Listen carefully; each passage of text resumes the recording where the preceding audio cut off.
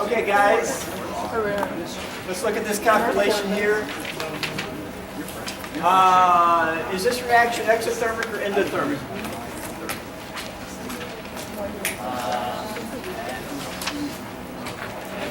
What did you get for a delta H for this reaction?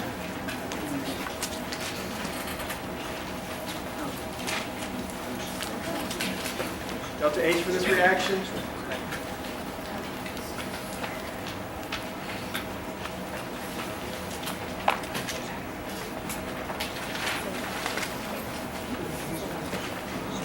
Anybody?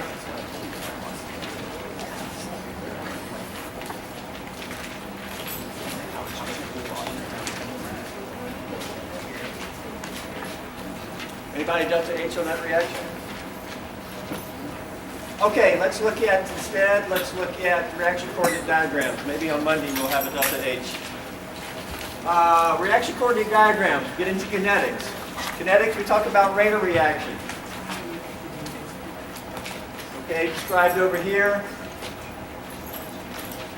Kinetics rate of reaction depends on the activation energy required for the reaction. Activation energy.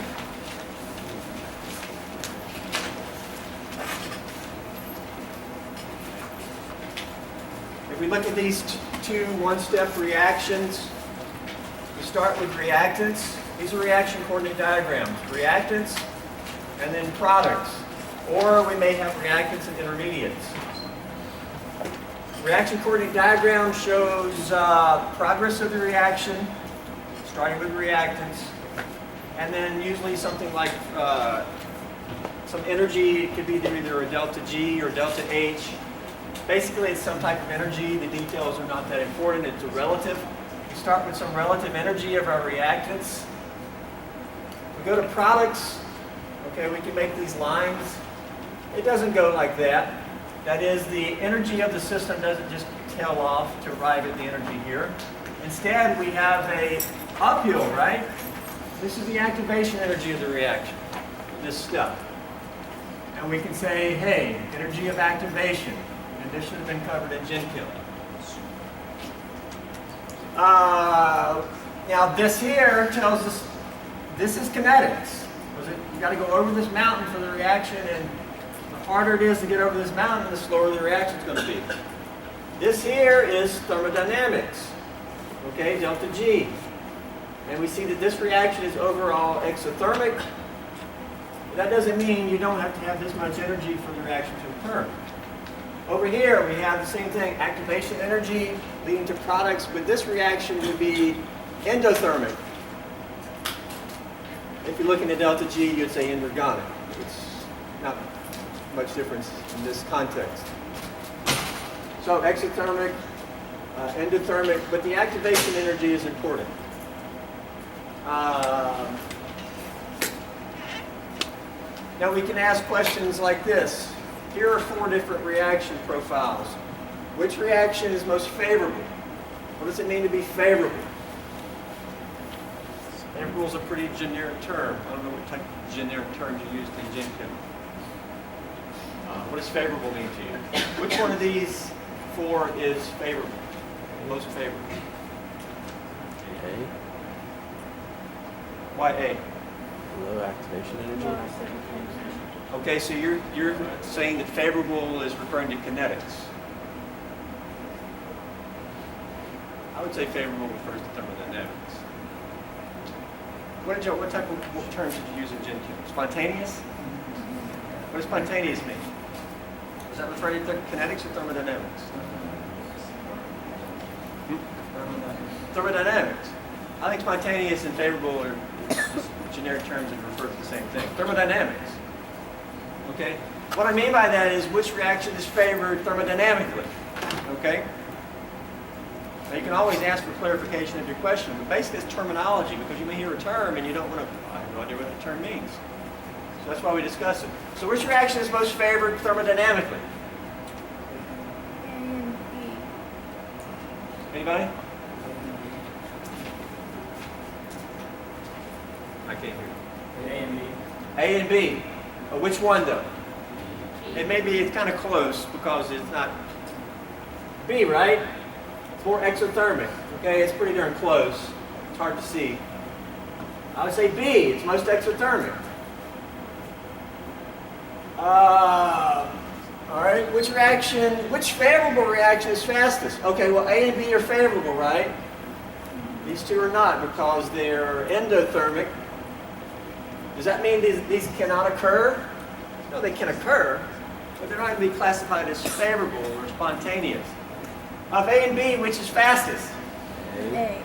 A, because the fastest is a rate term, right? This is going to be easier. Why? Lower activation. Lower energy. activation energy. It's easier to get over this mountain. And at a given temperature, you're going to have more molecules and have enough energy to get over this mountain than over here. Because you got to put energy in to get over this mountain. Okay, this reaction coordinate diagram shows a two-step reaction where we have an intermediate. This is actually an alkene reacting with HBr, which is the type of reactions that we will begin with. We form this carbocation intermediate. Carbocation, a carbon with a cation. There's an activation energy leading to the intermediate. Okay, you can draw lines here. And this is an energy well where the intermediate sits. From there, the intermediate then undergoes another elementary reaction step. Overall, it's one reaction. But I may call this a reaction and this a reaction. Those are the two elementary reaction steps of the overall reaction. Okay. From here, this undergoes a second step. I usually say step. A transformation, but that's going to have an activation energy. And it leads to this. So you need to be able to tell this is a two-step process with one intermediate, two activation energies, yeah?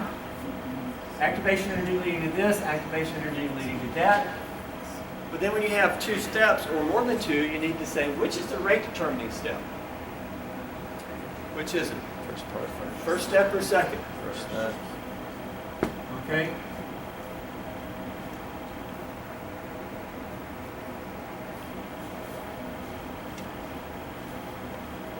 I have a question about the one over the right, but either way, it's going to be the first step because it's the most difficult, the highest activation energy. You got to have enough energy to get over this hump. If you do, you're going to have enough to get over that one. So the first step is called rate determining step, and the next step would be called the fast step. That's relative. It's faster than the rate determining step. Okay? If you're doing two things, one may control the rate. Okay? For example, if you were all going to get out of this room real quick, and I said, okay, one step is standing up, the other is getting out that door, which one's going to be the rate determining step? You guys standing up or getting out that door? Getting out the door. Getting out that door. You all stand up real fast. So if you stand up kind of slow, I'm going to say, well, so what? You're probably going to have to wait in line. Your rate is going to depend on this line going out this door. Okay? Now, on the other hand, if you all stand up mega slowly, well, then maybe that becomes the rate determining step. But I kind of think you're going to stand up pretty quick.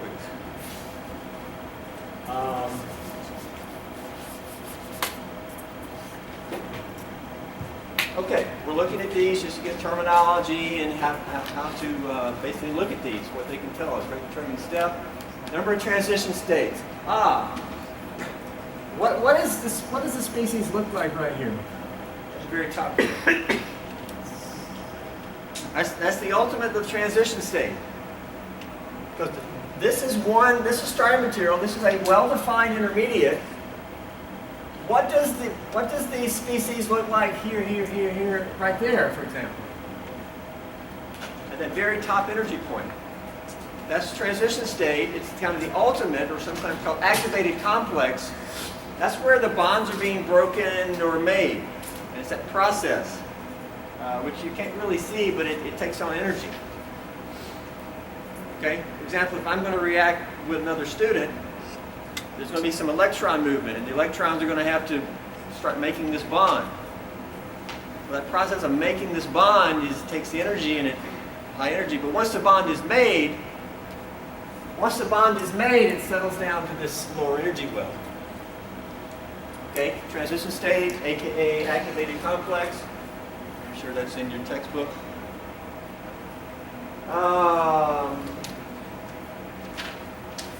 Okay, next page. These things illustrate a variety of key principles that we'll see moving forward.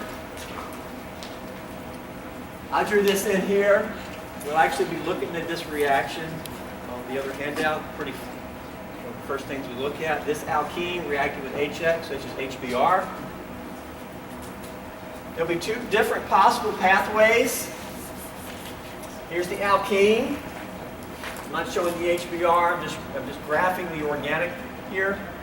It's going to react with the HBr to give two possible intermediates. This cation or this cation. Okay? Now, which carbocation is more stable? Positive on the primary carbon or positive on the tertiary carbon?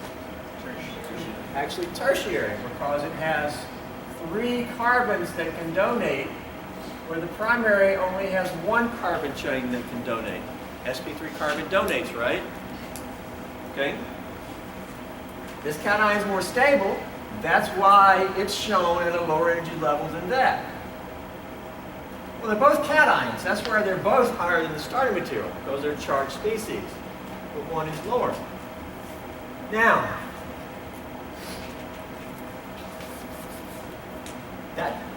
this doesn't necessarily tell us that that one's going to be formed. At least, well, are you talking kinetically or thermodynamically?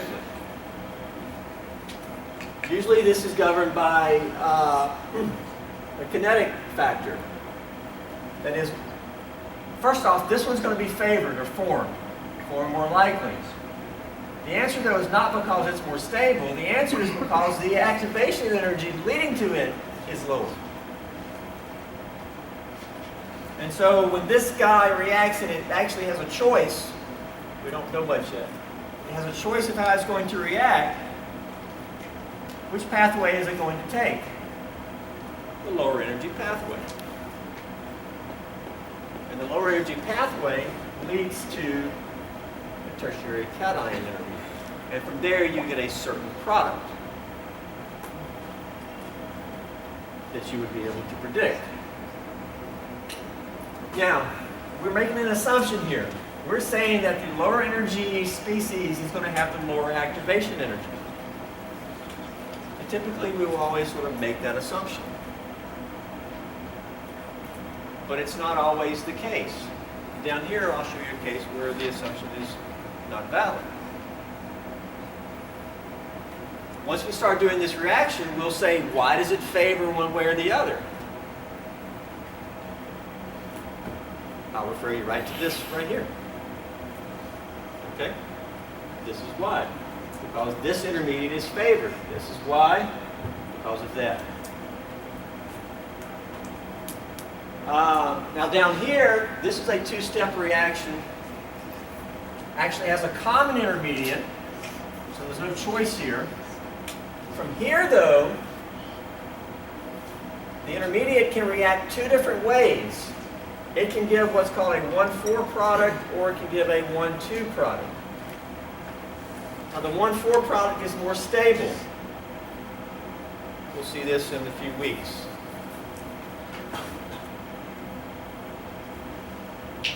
Now, since this is more stable, the Hammond postulate would say that the activation energy leading in it should be lower. But is that the case here? No. This is an exception. the activation energy leading to the more thermodynamically favored product is actually higher. Okay? So which product is favored here? If you had the common intermediate, which product would you get? Which one? 1,4. John? 1,4. Why 1,4? Because it's more exothermic. So you're saying that even though there's two pathways, it's going to prefer to go the high energy pathway? Think about that. You ever seen water running down the street? Raining real hard. And it comes to maybe take two pathways. It can go up a hill or it can go down. Which way is the water going to go? Down. It's going to favor the lower energy pathway. So do you still want to say 1,4? Yeah. Why do you want to say 1,4? Because it's more exothermic. I mean, it's more exothermic, so thermodynamically it's still favored.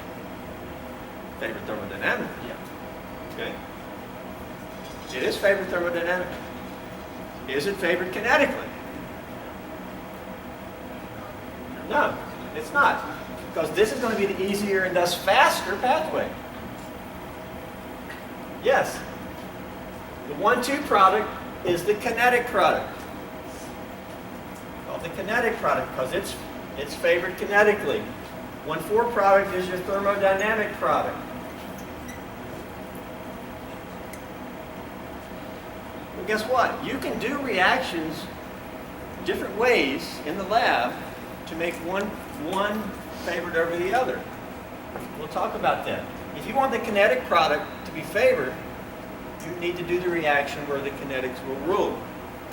And if you do it that way, the 1,2 product will be the major product. On the other hand, if you do the reaction so that thermodynamics rule, you'll get that product. Now, how do you do reactions one way or the other? Well, we're getting into more practical stuff, and we will talk about that later on. At this point, do you understand this? Questions about that?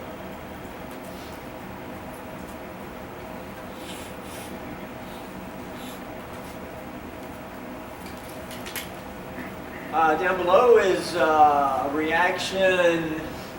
How many intermediates in this reaction? If it's one complete reaction, how many intermediates?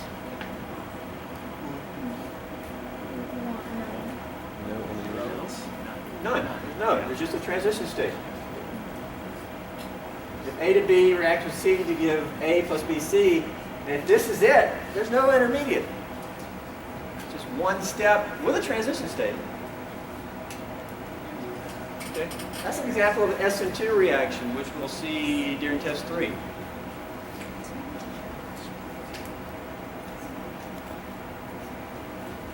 Importantly, very general question. How do you increase the rate of reaction? The answer's right there. Lower the energy of the transition state. That's one major way, yeah. Right? For example, if we could somehow make this reaction if we can lower it, would that reaction then be faster? Yeah. How can you lower the activation energy? Add a catalyst. A catalyst, that's a very generic answer. How does a catalyst lower it? Okay. Sometimes it's a little mystical, other times it's a very precise way it does. But yeah. But there's other ways to lower it. For example, maybe we can use a different solvent, or maybe we could have a substituent or something. There's many ways. For example, referring back over here,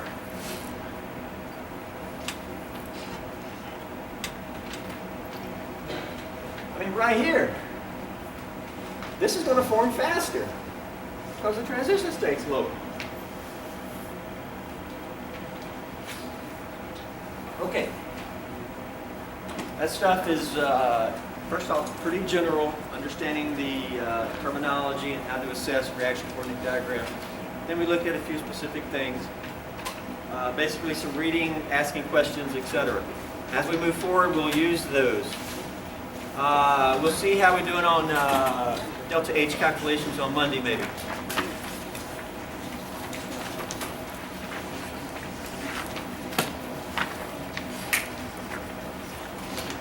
The intro to alkenes, which is I sent you by email, it has the nomenclature that's covered by video. Nomenclature includes the cis-trans stereoisomers, where we'll be using the E and Z terminology. Okay, I've been watching the video. Next week in lab, I'll probably see if there's any questions about that video on the nomenclature. There's also physical properties of alkenes and some miscellaneous. We'll probably look at that also in lab. Next week in lab, we'll look at that handout. Please have watched the video and form questions by then. Okay, 2 new handouts today.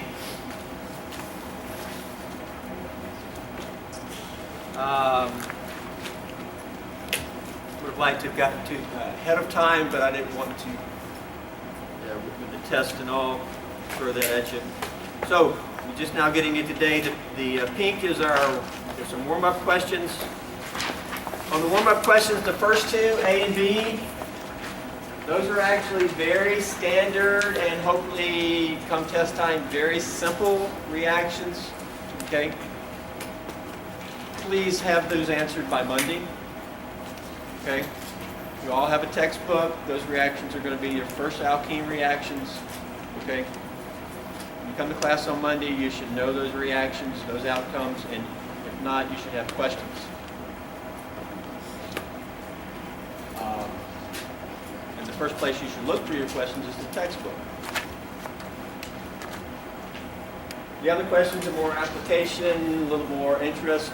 Importantly, terminology electrophile versus nucleophile. I sort of alluded to this earlier on. Please look at that. Down here, mechanisms.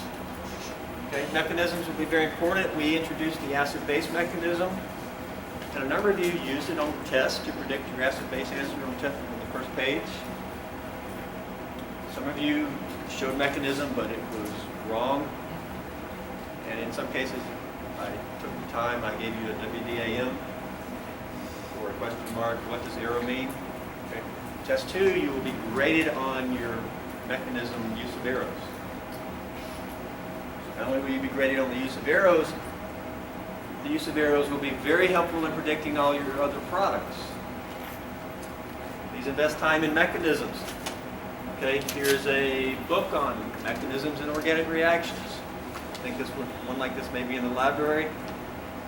But basically, it's a very specific topic.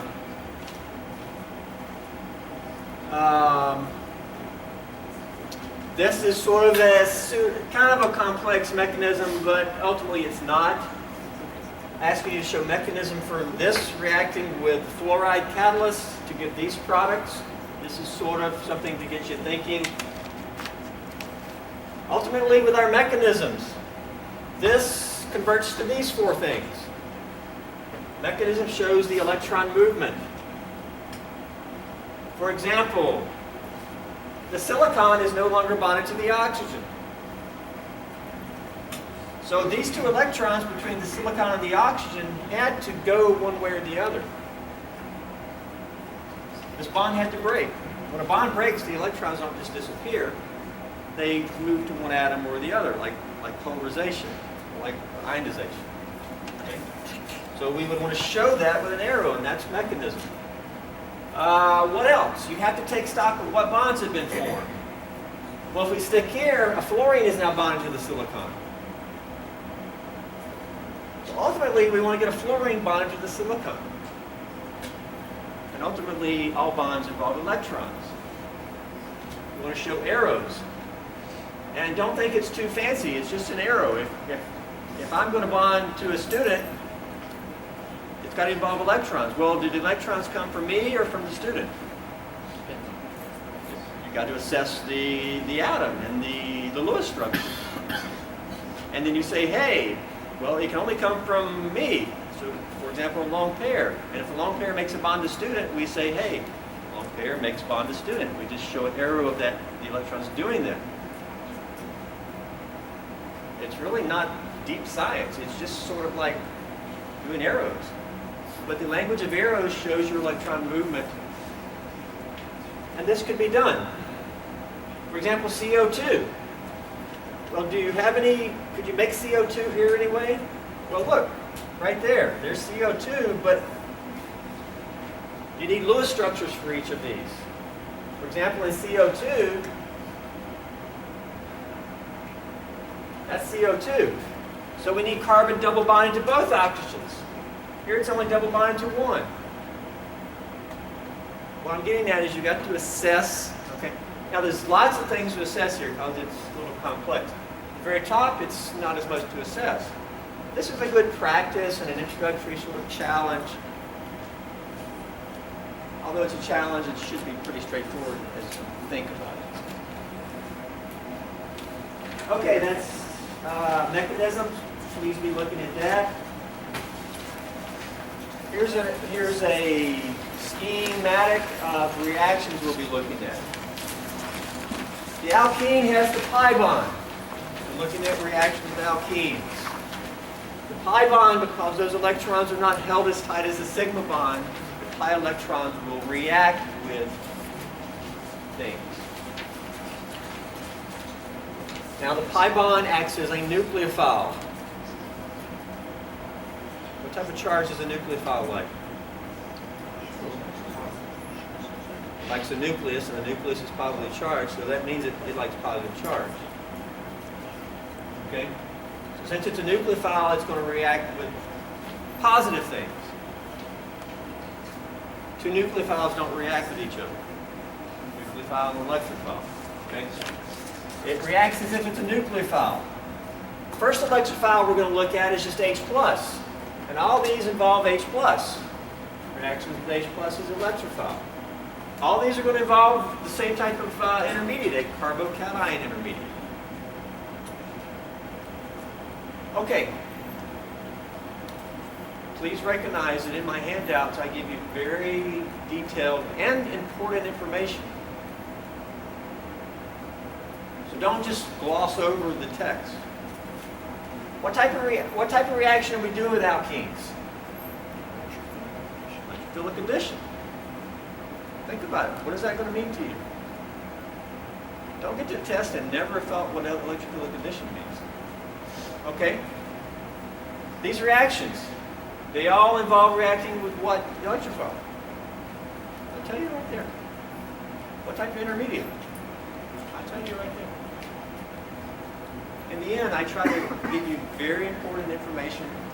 And remember, I'm not going to write stuff and tell you stuff that's not important.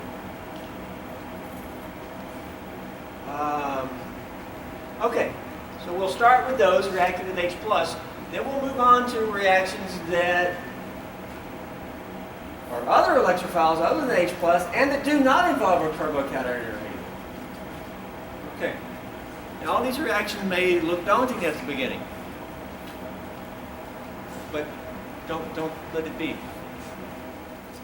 I mean, these are all addition reactions. What if I showed you 30 different addition reactions in math? For example, 30 plus 84. There's one.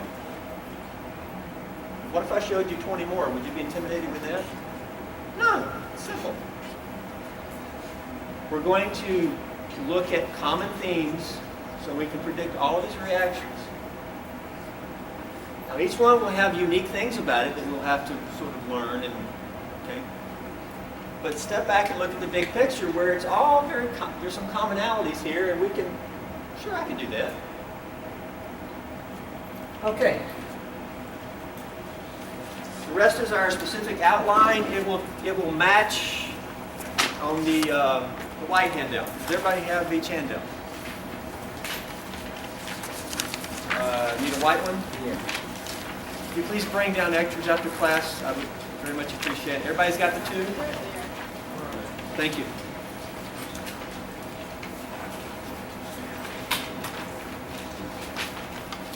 Okay. Y'all ready? Your life will never be the same. First reaction is addition of HX to alkenes. What you need? This one. I never got it. The white one? Yeah. Okay. Again, that's Roman numeral 1 on the pink sheet, I'm pretty darn sure. I'll be looking at the pink sheet to make sure I hit everything. Okay, addition of HX. X is generic for halogen, okay? HBr, HI. Over here, defined, typically not HF. We'll comment about HF. First example, we have HBr.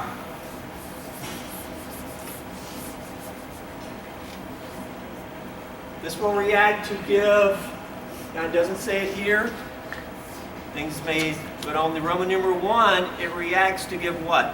Pink sheet.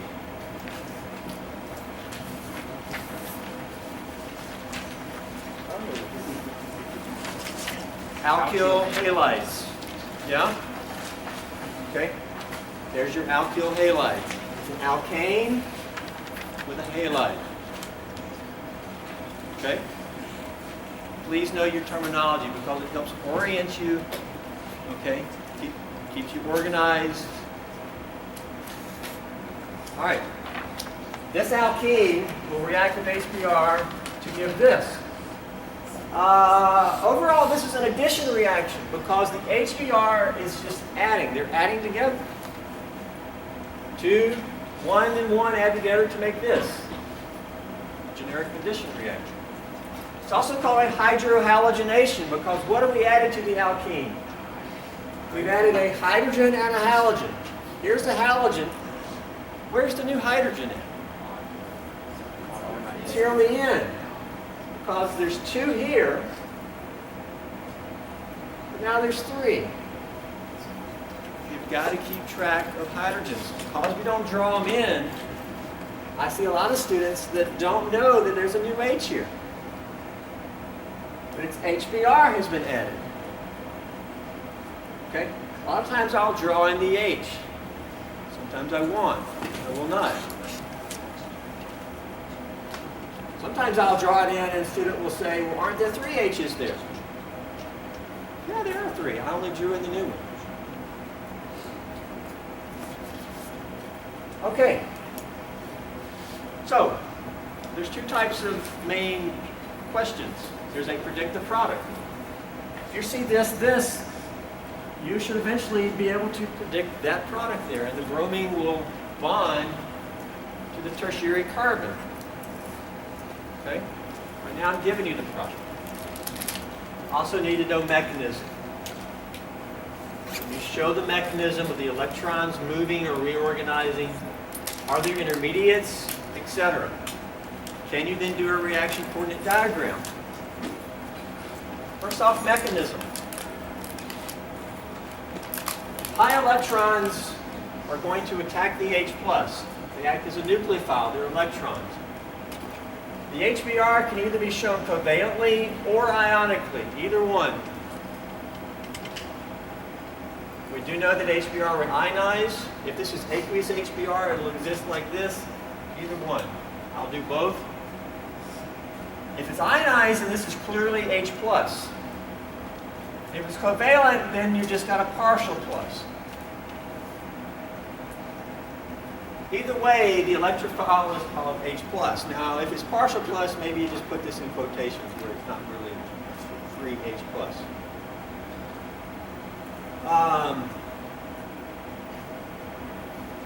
Okay. I'll present it as up here. We've got a dipole.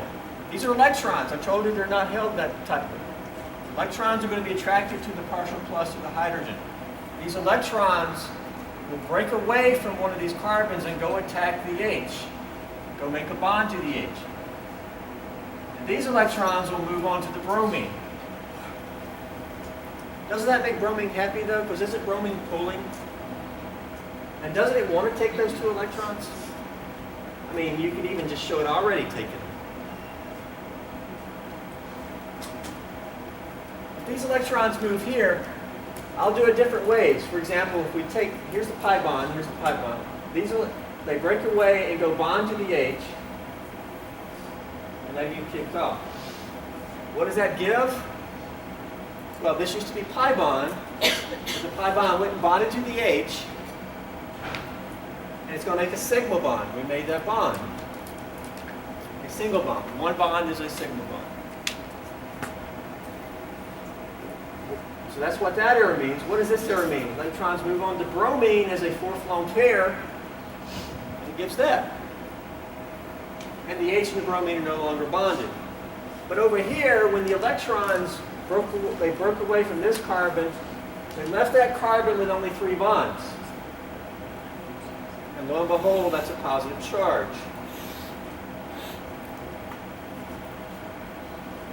Now we have to have balance of charge. Everything over here is neutral, so everything over here has to be neutral. This is net neutral. We got a minus and a plus.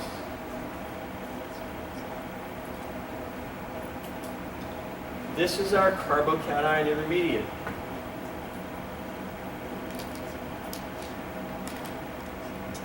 That we said moving forward. The next step is electrons from the bromine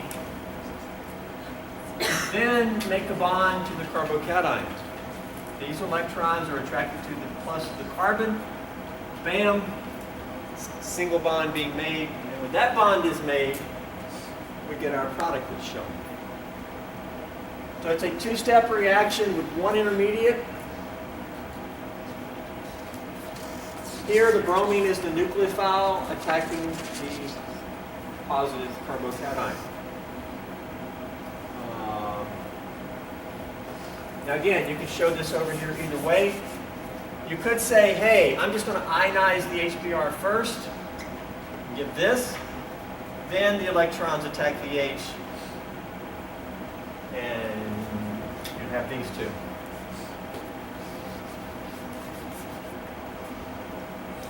Okay, if we do a reaction coordinate diagram, we got reaction progress, right? We got some type of energy. We start with our alkene. I'll just put it right here. It's an arbitrary level. Let's put product over here. Is product going to be higher or lower? We can pull out our calculator and do a delta H calculation, or we can just assess it qualitatively. Which is going to be more stable? Well, what was broken? A pi bond? What did we form? 2 sigma. 2 sigma is going to be more stable, stronger. Right? I mean, you can do the math and you'll see it. So where do you want to put the product compared to that? Lower. Okay, so we'll put it lower.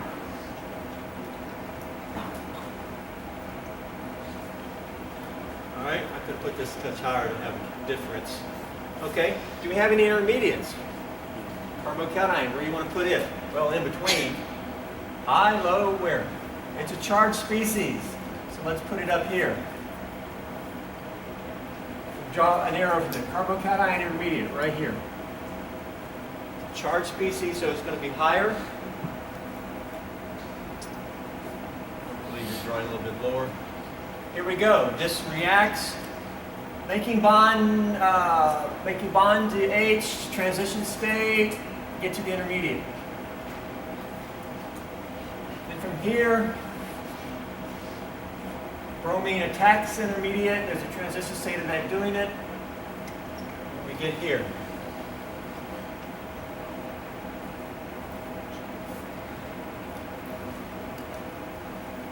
Now, I could have made this higher. Which step is rate determining step? First. Yeah, it's actually the first step.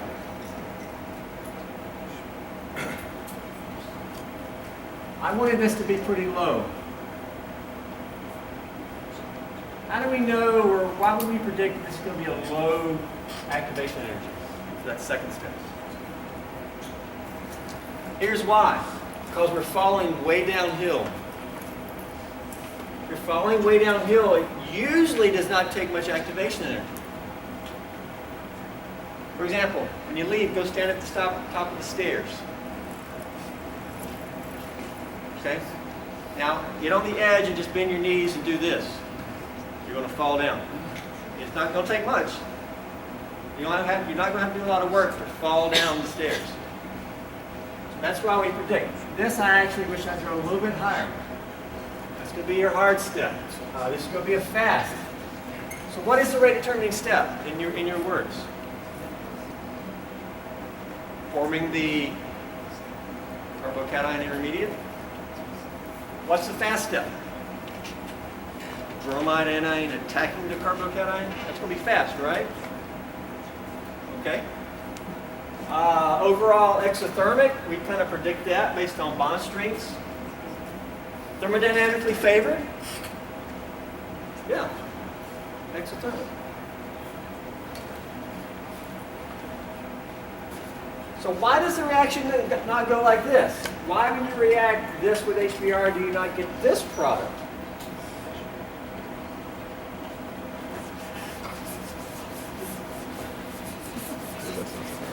What's the difference in the two?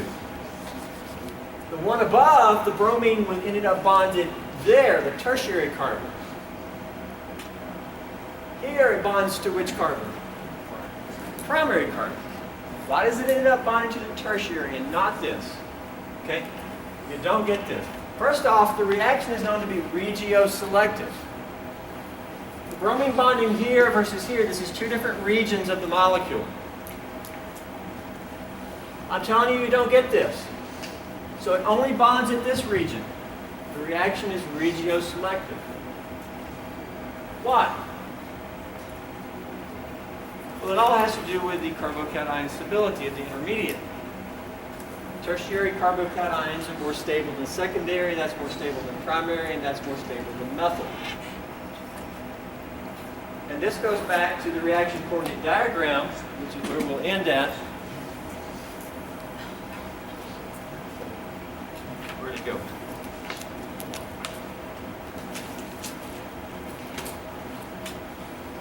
I lost it.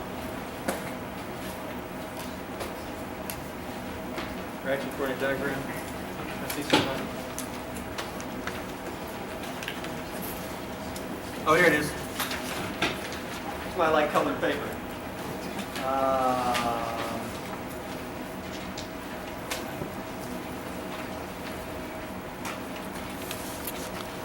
Is this the exact reaction we're looking at? Except we're doing HBr. Which cation is more stable? Tertiary. Right? Because it's tertiary, we said it's lower here. So which pathway is going to be preferred? Lower energy pathway. That's forming the tertiary cation. And from there, that's where the bromine attacks. That's why you get the tertiary halide and not the primary. Okay, we'll pick up here. Please make sure you have answered the two questions at the top of the warm-up before you come on Monday. Very straightforward.